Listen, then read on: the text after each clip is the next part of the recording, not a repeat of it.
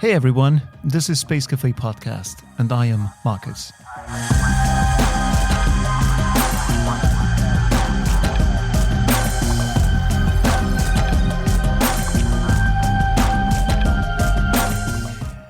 As always, we love to surprise you, and we spare no effort to deliver what you expect. In this episode, we bring you arguably one of the most fascinating stories the space industry can deliver. The story of a group of young people who one day set their minds on going to the moon. Without experience, without much economic resources, but with endless passion. This episode is an ode to the joy of trying things out, however great the risks involved. And to top it off, my guest today was part of this unique story as Chief Business Officer. Today, he's the CEO of SpaceWatch.Global, one of the fastest growing news portals in the space industry. Ladies and gentlemen, join me in welcoming Torsten Kriening, former part-time scientist and passionate fighter and advocate for an independent voice of the space industry. Let's rock it. Yep. Yeah, let's rock it. Did you just say let's rock it or let's rock it? Let's rock it. Yes, let's rock it. Good idea. Welcome, Torsten. It's a pleasure to have you on the show. Finally. Thank you.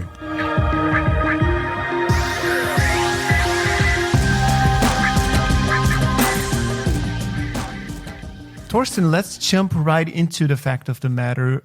When we met, and that was a couple of years ago, you were in the middle of a pretty fascinating ride that could have brought you into the spotlight of everything when it comes to space travel, because you and a couple of your friends wanted to go to the moon. Literally, not in person, but with a remote controlled rover. So what was this mission all about? Absolutely. And I don't want to take any credits for this project, as I was just at that stage a hired gun or to help them out and then become part of the team.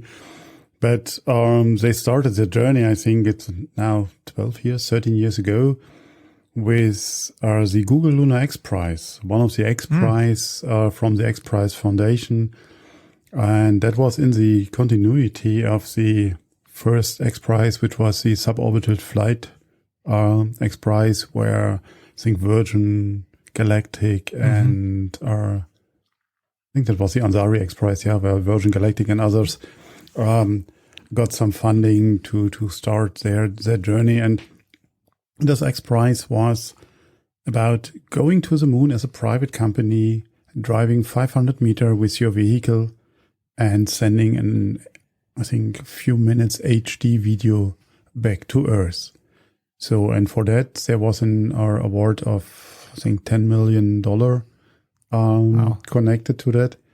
And yeah, that was a story that excited the founding team of part-time scientists, because they needed a name. I still like that brand name. That was the perfect brand name, part-time scientists. Isn't that beautiful? It was a perfect brand name for something you do as a hobby.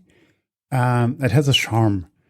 But when you look after professional investors and getting credits from the community, then it's on the edge. Yeah, it still sounds cool. I mean, the other cool slogan the company had or the team had was, hell yeah, it's rocket science. I mean, how cool is that? And yes. the T-shirts, the stickers are still around, and people are showing them with pride. And it's cool. It's something very cool that happened, because, I mean, coming back to the X Prize was inspired 35 teams from around the world to go for this goal. It sounds like, and please do correct me, it sounds like a barbecue project where a couple of guys got together and had a crazy idea. And the later the evening got, the more they were convinced that this was a good idea to apply. Was it something like this?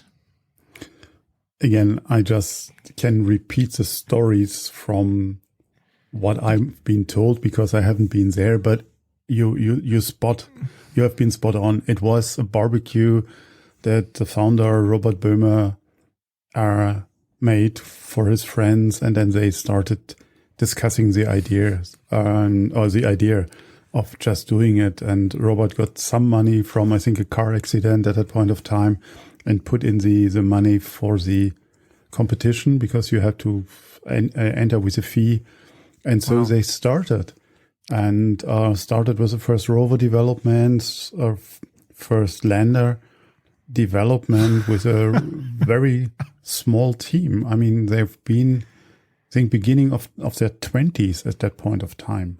Fascinating. So what was your... But that's when it all starts. I mean, when you have nerds that's starting an idea. And I mean, when I came in, I was the eldest guy in town. What they needed was then also some guidance to get it to the next level. I mean, they were all fascinating individuals with great backgrounds and great capacities, but none of them has done anything in space. Has gone to the moon before. Yeah, not even that. I mean, if you build your CubeSat, if you've been in at DLR, you at least been connected to the space or environment, but none of them had a proper background on that. Yes. And I think that was one of the beauties of this team, but one of the hard challenges as well. I mean, you can buy knowledge at one point of time from the market and competency, no doubt.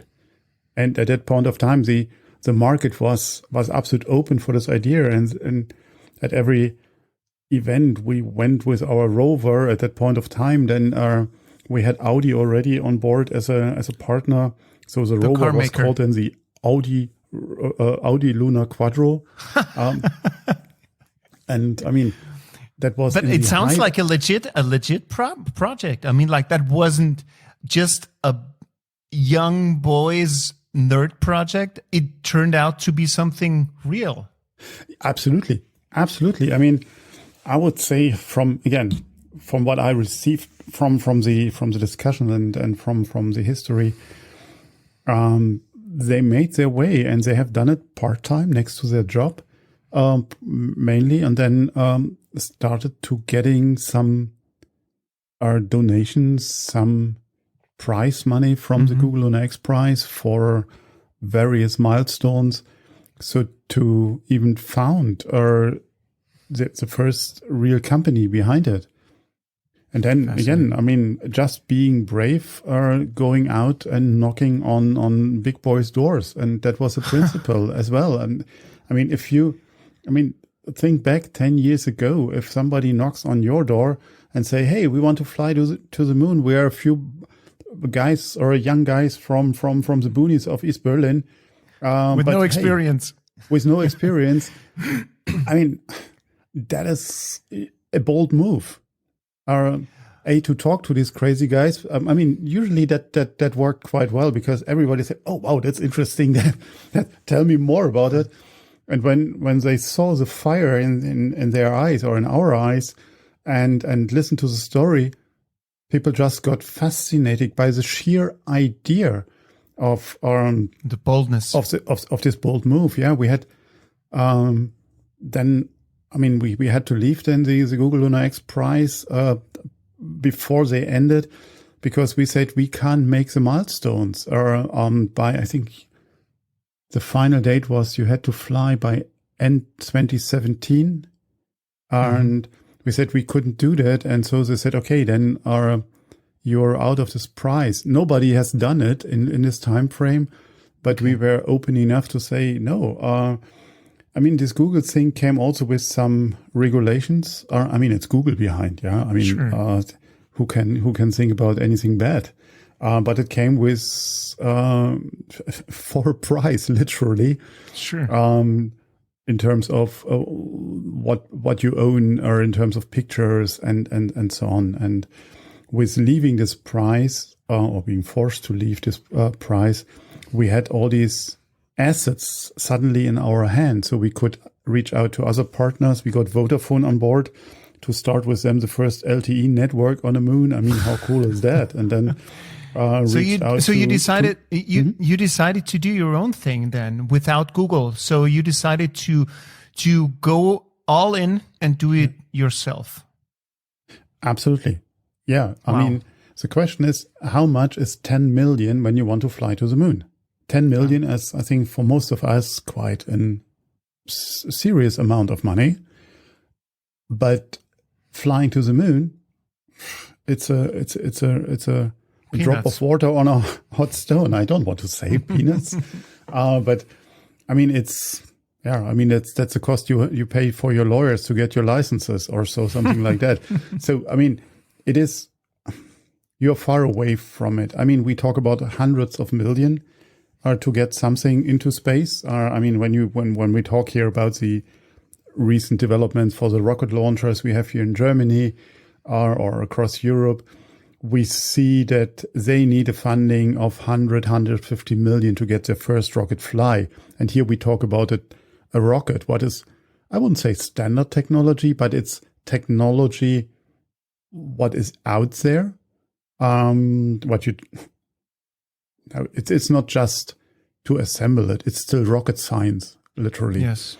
But I mean, there's a complete different level when we talk about the next frontier, going to the moon, doing things nobody has done before. It's like going to the far side of the moon. Yeah. Sure. So, your job or the job of part-time scientists was to build a functioning rover that could maneuver on the surface of the moon and do its thing. But who was responsible for transferring that rover from Earth to the moon? Was that your own development, or would you have piggybacked on another carrier? No, we had to piggyback, as you just mentioned, and the rover was definitely the eye catcher for the entire thing, without any doubt. I mean, it had some design of some Audi engineers, and it was this lightweight thing. It looked cool and so on. I mean, was it functioning to go on the moon? Different story, but at least it looked cool. Yeah. And we had a lot of fun with it and got a lot of eyeballs with it. It was the first rover that had not this pure technical appeal. It has some personality. It had 3 cameras in the camera head, and that had some attitude or impression of a face. So it looked like that he smiled. And so that this rover got some personality. But the rover was just the mobility device, the mobility part of this entire project. I mean, this project was around ALINA, the Autonomous Landing and Navigation Module, the moon lander. So, and that is more or less the third or fourth, in that case, third stage, or could be fourth stage of a rocket that brings you the last mile. I mean, in our case, the last 400,000 kilometers to the moon and land there softly. And I mean, you have seen a few years back, I think 2 years back, our friends from Israel, SpaceIL, that was one of the competing teams, and they landed their Beresheet lander on the moon. They had a hard landing, what was really also heartbreaking. So they made it to the moon. They made it to the moon, absolutely. So who would you have chartered to take the lander and the modules to the moon?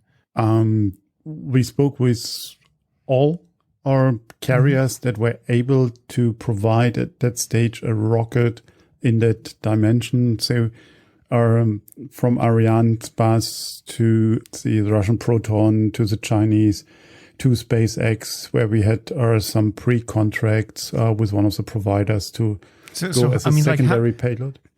How does that work in reality? I mean, like, how do you charter a rocket? Do you go on a website and go look for free rockets, or how does that work? I would say you go to Amazon, but even this joke wouldn't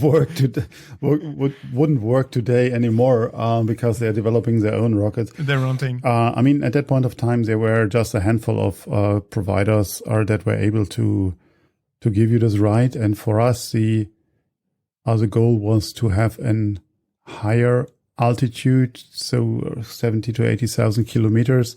Above Earth, and then doing some slingshots around the Earth, and then make a burn, and then transfer to the moon in a translunar orbit. So it's for a rocket provider with a big rocket, not a standard thing, but it's a kind of, because that also pays into the design of the lander, of the stage to carry us over to the moon. So, but as you say, you go to SpaceX or Spaceflight Inc. I mean, there are a handful of rideshare providers or service providers in the market today that offer these kind of services. I mean, today it's not just our Spaceflight, which we selected at that point of time. It's also Exolaunch in Berlin. Mementos and so on. I mean, it's an entire industry. All these guys that provide you for your CubeSat a ride to the orbit also can bring you then to the lunar orbit, more or less. Sure.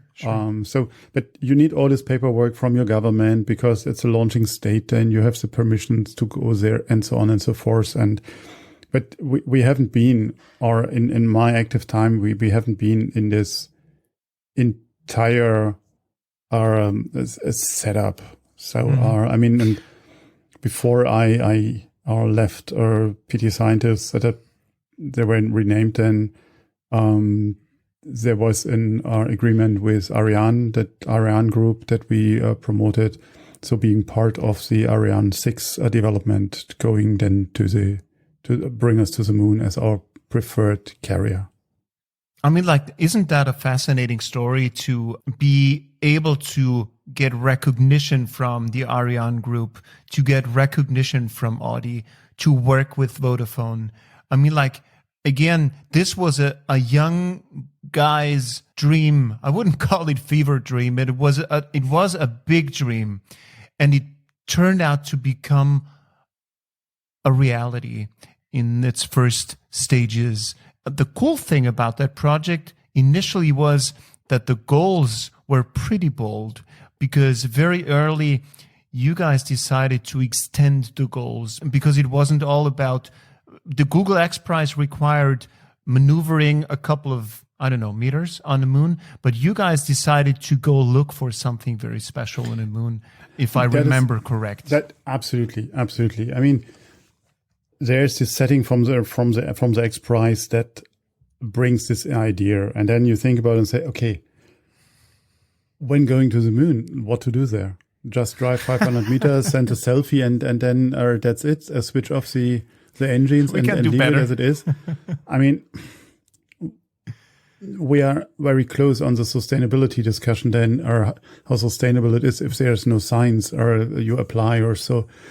And I mean, as a full commercial mission, you have to think about all of that and say, yeah, what is it? What I want to achieve there? What I want to sell? Or besides the brand recognition? And I mean, still at that point, we are talking about potentially being the first, and that is also where media value comes in, and where we had the great chance to speak to a few of the largest media organizations worldwide and negotiate with them. And I mean, at the end, we announced our media agreement with Red Bull, and that only worked out again with this time factor. I mean, if you're lander number 25 that lands on the moon, then it's another taxi is coming. Yeah, I mean, what is it? It's like back in the Apollo days, where the TV viewership decreased rapidly the more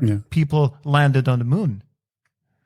Absolutely, yeah. So it got and then also, I mean, in the US, you also had this that you have to fight for the next moon mission or with your government to get all this proper funding. But absolutely, that relates to the attention of people to an event, and it's the same mechanics that applies still today. I mean, when Elon lands on Mars, oh wow, that will be a moment of time, yeah. Or if the first helicopter flies on Mars, that is how they call it now, the right moment, yeah. Right. But you and you guys knew very well how to play the media game. Because you decided to do something very special on the moon. You wanted to go back to an actual Apollo landing site. That's pretty fascinating. Yeah, I mean, and again, I mean, we lost a bit the track for your last question, but in this process, we decided then, or we evaluated, hey, why don't we do something very special, very unique, and bridging the past with the future? So going back where humanity left moon to reignite the fire, the flame. I mean, okay, it doesn't burn up there, but at least, or let's stay in this picture. And so we want to revisit Apollo 17.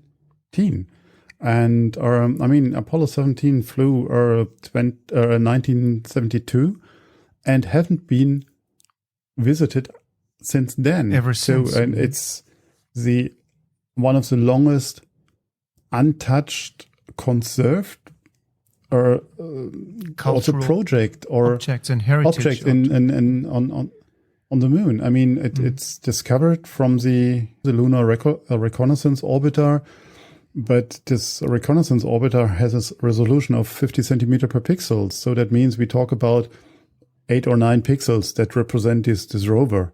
That is not very detailed. So you don't know, is this antenna still up, or are the seats still there, or is this entire thing fell together? So we want to also then measure the decay of materials on the moon, because it's very important for any upcoming settlement on the moon.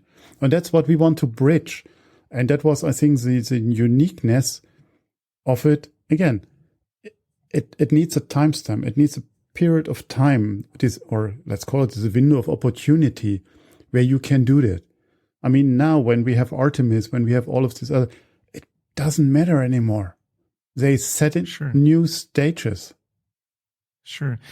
And I mean, like, we're almost at the epitome of and the highest point of that mission that you were part of, because at some point during those days where you decided to go back to Apollo 17, the phone rang and original members of the actual Apollo crew were ready to talk with you guys. And that's pretty fascinating.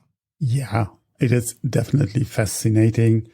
Did they ring us? I don't know. I just know that if you have somebody who walked on the moon, it's absolute special, because there were only, I think, 15, 16 people, something like that walked on the moon.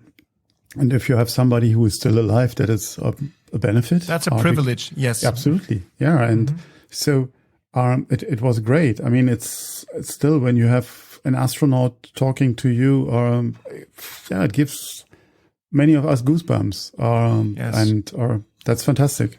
Yes, fantastic. But then at some point, things started to change. And I think that mission that you've described so far is already a fascinating success in itself. But of course, going into space, then going to the moon is a pretty tricky thing to do. And at some point, things just didn't move on the way you expected those things to move on. So what happened? At one point of time, I decided to move on. And the company was in financial struggles, and I think I couldn't add too much more value, and I continued that where I came from. My open source, my business intelligence work, my publishing work at SpaceWatch.Global. Having financial issues on such an endeavor, I mean, like, This is not an unusual thing to maneuver oneself into. So again, the mission hasn't happened so far. You decided to move on. We're wishing the rest of the crew all the best. But now I think Torsten, we should also move on to your next big project. And then that next big project is, of course, SpaceWatch.Global. And you're the CEO of a fascinating network of space intelligence and space news. So let's talk a little bit about this. So what made you move into that world? Oh, there's another story that kicks in. I mean, I worked for, I think, a decade in and with companies in the Middle East. I had the opportunity to be part of a team that trained the Oman government and military on our satellite communication, and been involved with a number of the projects that are started very early in the UAE. So I was visiting many of these conferences and events in the Middle East on a regular basis, and with my co-founder, we had, after an event in Abu Dhabi, the chance to give a lecture in Muscat in Oman, or at the Sultan Qaboos University, and we decided, hey, let's make a road trip, not just jump on a flight. Let's make a road trip. So, and then you hire your car, rent a car, and then you make a road trip through the desert, through the mountains. That was 9 years ago, something like that, and you have a lot of time to talk with each other and to jump from one idea to the next one. And so we said, hey, why don't we write what we would like to read about the region? And that was the simple idea that drove us forward. It took another 2 years. We decided, the occasion, or the event actually, of the announcement of the UAE Space Agency, to say, okay, now we put our project into life.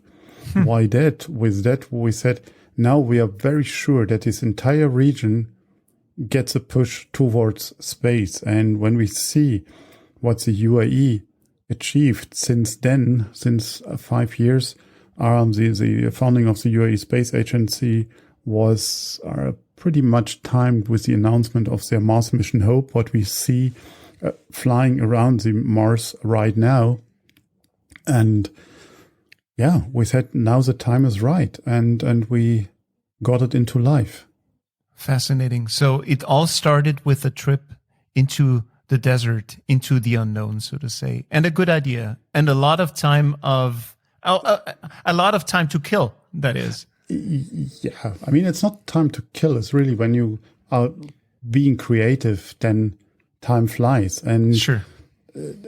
Just about the unknown, also the Oman had road signs, and sure. So that was not an off-road endeavor, getting your GPS or even your compass, getting you from A to B. No, it was just a road trip, as we would do it here in Europe as well.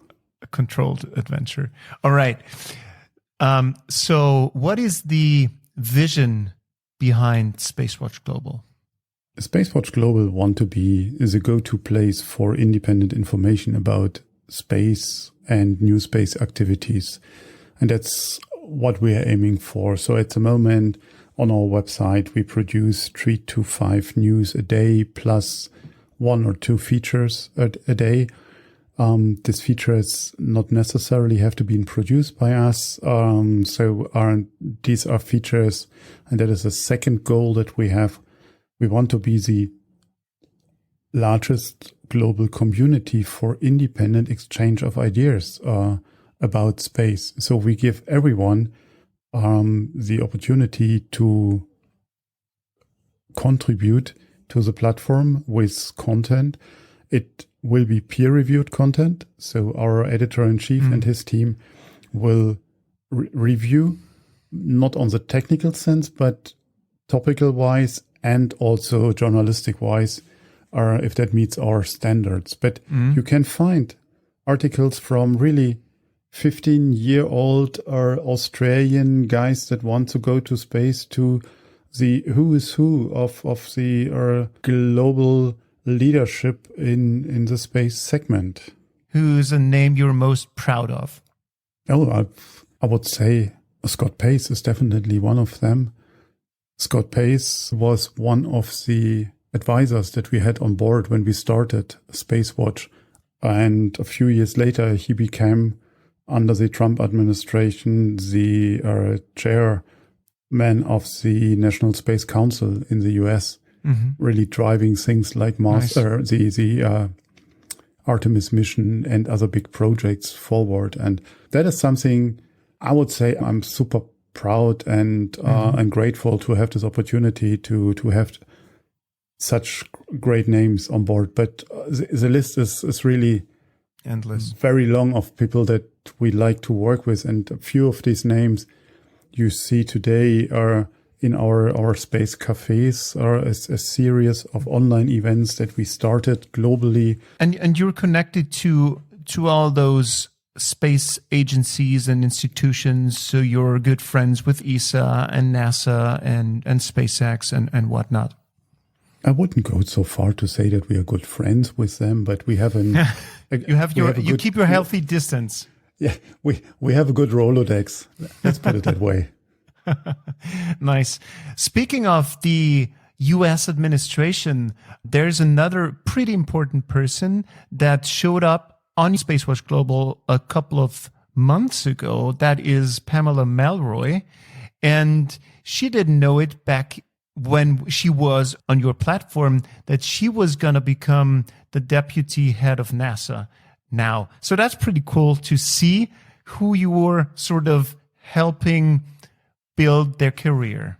I can say that. That's nicely said. I mean, she was on your show. She was a guest of your podcast, and you had the privilege to talk with her. And yes, that was I just have done the nitty-gritty setting up that, and I was really working, I think, for 3-4 months to get her on board on the show. And I mean, when you remember on that day when we talked with her and had this privilege to do the recording, she was nominated, and it was still in the rumors, in the advanced rumors, that she will be nominated for the Biden transition team, or the NASA transition team of Biden. And let's make a quick break here, dear listeners. I would like to take you behind the scenes and go back to the very episode we did with Pam. Here's the end of the show. I wanted to ask another question, but Pam declined for good reason, as we know now.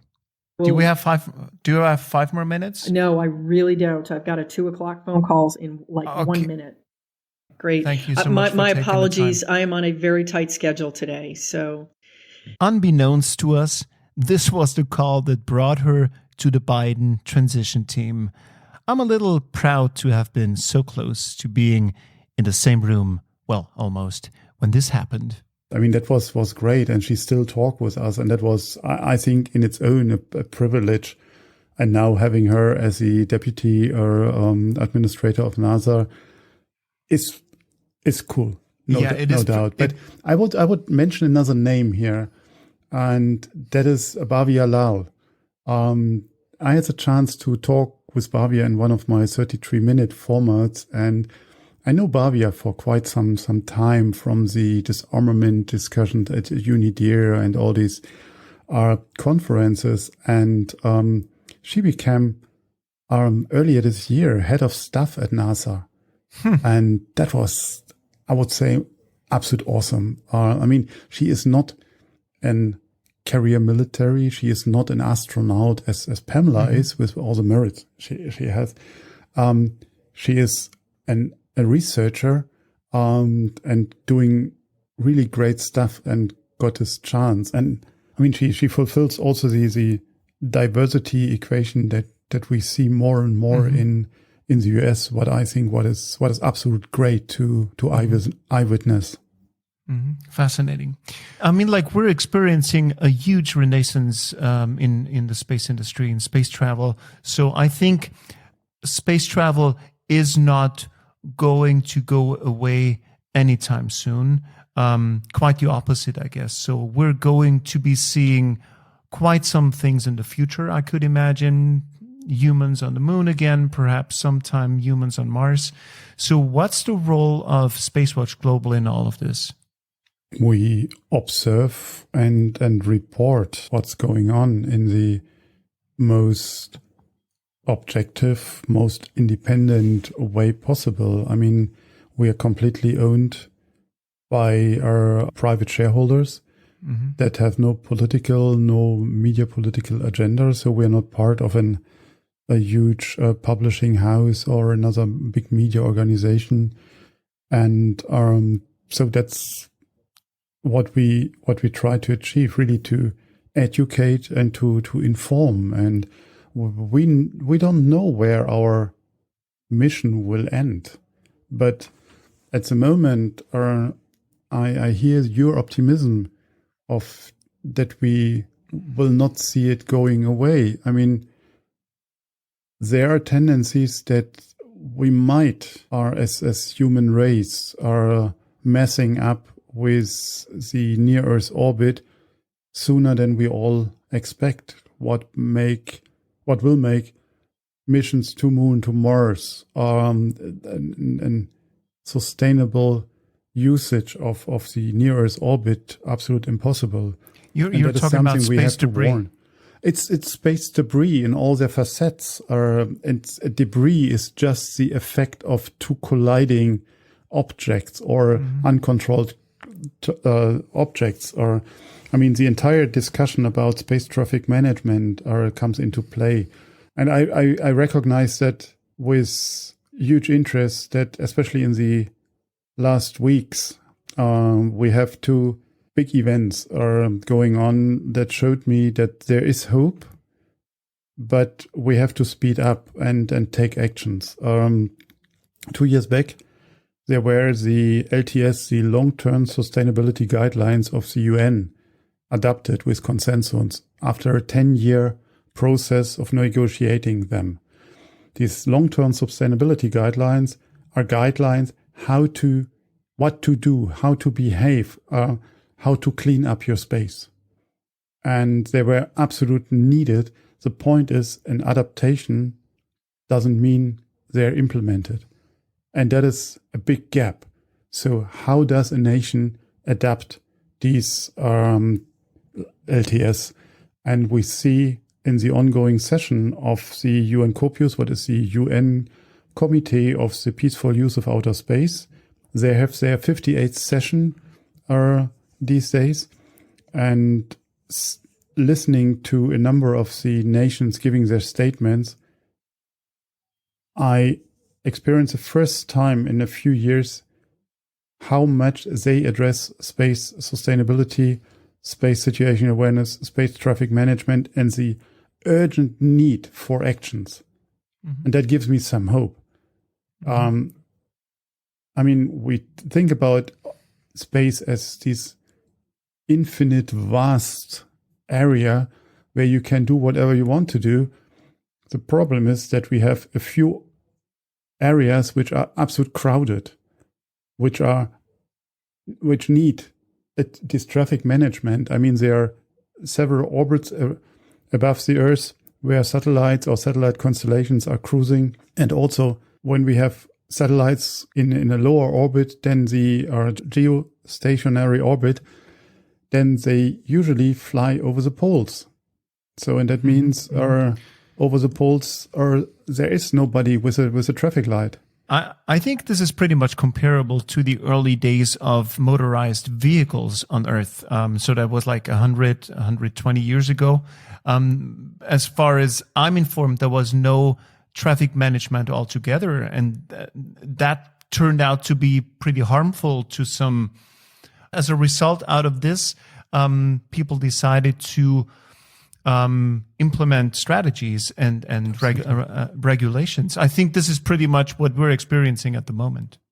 Absolutely. In space. And just as a side fact, do you know where the first traffic light is? No. In Europe? No. Potsdamer Platz in Berlin center.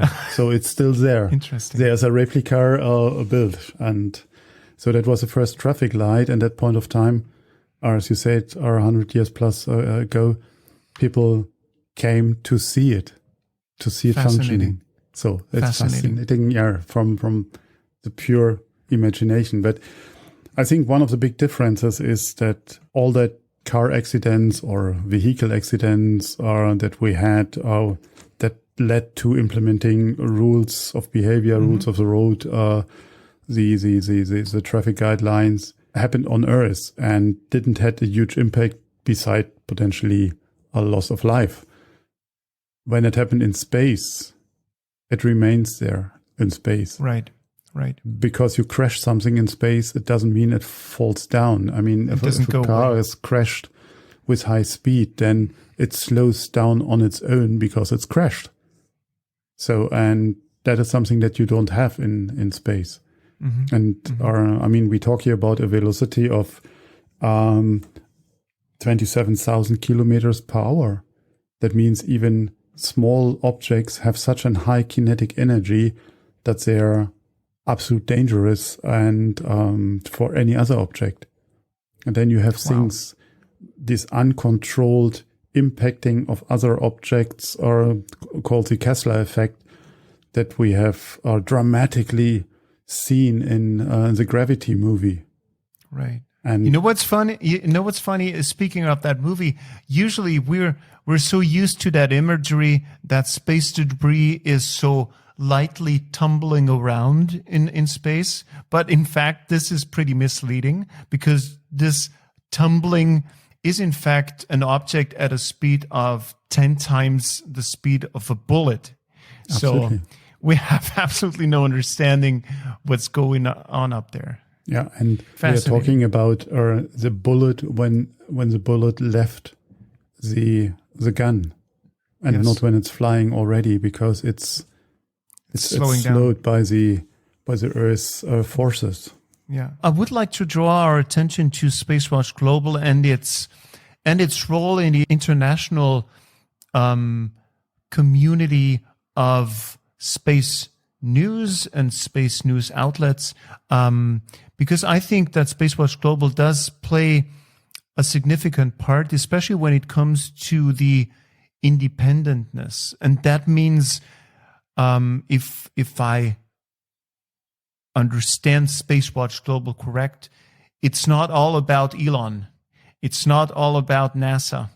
There's other places also who do pretty fascinating space stuff. And I think this is interesting, because this would be a place where people could go if they wanted to learn more what's going on in space, right? Absolutely. So I'd like to say we are covering a CubeSat development in Bhutan or in any of the African countries, then just another launch or of another batch or of the Starlink constellation, what many are doing. And I think I'm a bit ambivalent about the recognition. Torsten, what's the most unusual and unexpected space story you've come across on SpaceWatch.Global? We do this fact-checking as best as we can. But there are some of these stories where you say, wow, is that really possible? Or is it just another one of those? And what is fascinating is this one project which just got their certificate from NASA, and it's human spaceflight, of course. I mean, our human spaceflight is that what motivates many of us, and that's Space Hero. I mean, they want to set up this show, global show for finding the perfect candidate to train them for a flight to the ISS. And I think space becomes approachable, and these kind of stories, they are fascinating. And I would like to see them more and more from other countries, from other continents, from including other people. I mean, ESA is now selecting their new cadre for astronauts, and they've also explicitly opened it and encouraged women to apply, but not limited to that. It's also that they are inviting disabled people for applying to being an astronaut. And I think that goes into the right way to include everyone in this mission. And I mean, we have seen that many of the businesses, including space, is an old white men are dominated environment, and that has to change. And it does change as we speak. Absolutely. One last question, if I may. If someone wants to team up with SpaceWatch.Global, is that still possible? Are you looking for expertise? Are you looking for talent? We see that as in our global development, and are happy for each and everyone who wants to join and comes with the right attitude, with the open mind set, comes in peace to us and wants to work with us. We have a number of volunteers providing their labor to gain expertise, to get outreach. We are absolutely open for anyone to knock on our doors and work with us in good faith. Nice. Thank you. Torsten, at the end of our show, you know what's next, right? And that is the Space Cafe Espresso, the shot of inspiration. So what is your shot of inspiration you would like to share with the audience? I experienced in the last months a number of talks where people said, hey, how do you become a space communicator? How do you become somebody who gets along with all these big names that we mentioned before and runs this show and so on? And for me, what are the key principles for doing what we do? And it's one thing is as easy as or as simple as it comes with is be yourself. Don't try to pretend to be somebody else, to know also your limits. And all of these basic behaviors, what we consider as good behaviors, are coming here into play. And sure, many of them are not very compatible to the hardcore capitalistic system we are living in. But these are the principles I like to see SpaceWatch.Global moving on into the future, because value-based activities is something that counts for me more than pure revenue or pure profit-driven activities. Thank you so much, Torsten, for being on the show. It was really, really inspiring. Thank you. And thank you, Markus, for being such a wonderful part of that. Thank you. Thanks, everybody, for joining us today. And if you're interested in finding out more about SpaceWatch.Global, please head over to the mothership, which also happens to be called SpaceWatch.Global. I'm looking forward to next time. And what I can already say, we do have an extraordinary personality to offer who, if the rumors become true, could make history in a way that is reserved for very few individuals only. I can say it's about a new theory about the origin of life. Until then, all the best and stay with us.